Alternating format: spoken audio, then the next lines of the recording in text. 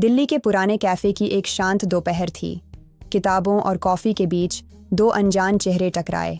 आरव, एक लेखक जिसकी आंखों में अधूरी कहानियां थीं। सिया, एक कॉलेज की छात्रा जो जिंदगी को खुलकर जीने में यकीन रखती थी। पहली मुलाकात एक गलती थी। सिया ने आरव की टेबल समझकर वहां बैठकर ऑर्डर दे डाला। आरव मुस्कुराया। अगर जिंदगी में इतनी ही जल्दी फैसले लिए होते तो शायद मैं भी खुश होता। सिया हंसी और यही पहली हंसी एक रिश्ता बन गई। चंद हफ्तों में मुलाकातें बढ़ीं।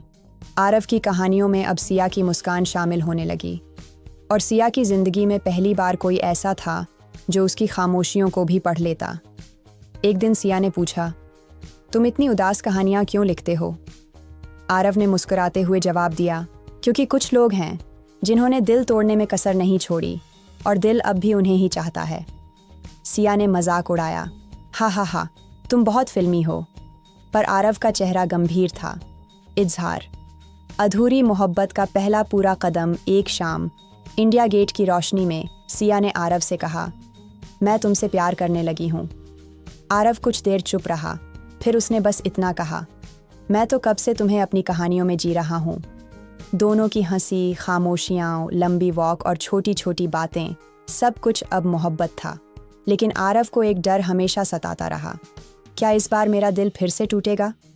कुछ महीने बाद सब कुछ बदलने लगा। सिया की कॉल्स कम होने लगीं। वो मिलने से कतराने लगी। उसकी बातें अब सिर्फ जिम्मेदारियों और करियर की चिंता में सिमट गई थीं। आरव ने कई बार पूछा, सब ठीक है ना? सिया हर बार हंसकर टाल देती, तुम्हें तो हर बात में इमोशन दिखता है, रिलैक्स आरव। लेकिन आरव को सब समझ आने लगा था। मोहब्बत अब एक तरफा हो गई थी। एक दिन आरव ने सिया को एक रेस्टोरेंट में किसी और लड़के के साथ देखा। वो हंस रही थी, वैसे ही जैसे आरव के साथ हंसा करती थी। उस रात आरव ने सिया को मैसेज किया, तुम्हें खुश देखना चाहता हूँ मगर सच्चाई जानना चाहता हूँ। सिया का जवाब आया, मैं माफ़ी चाहती हूँ आरव, शायद मैं अब तुमसे प्यार नहीं करती। बस वही एक लाइन ने आरव की दुनिया तोड़ दी। आरव ने किसी से कुछ नहीं कहा।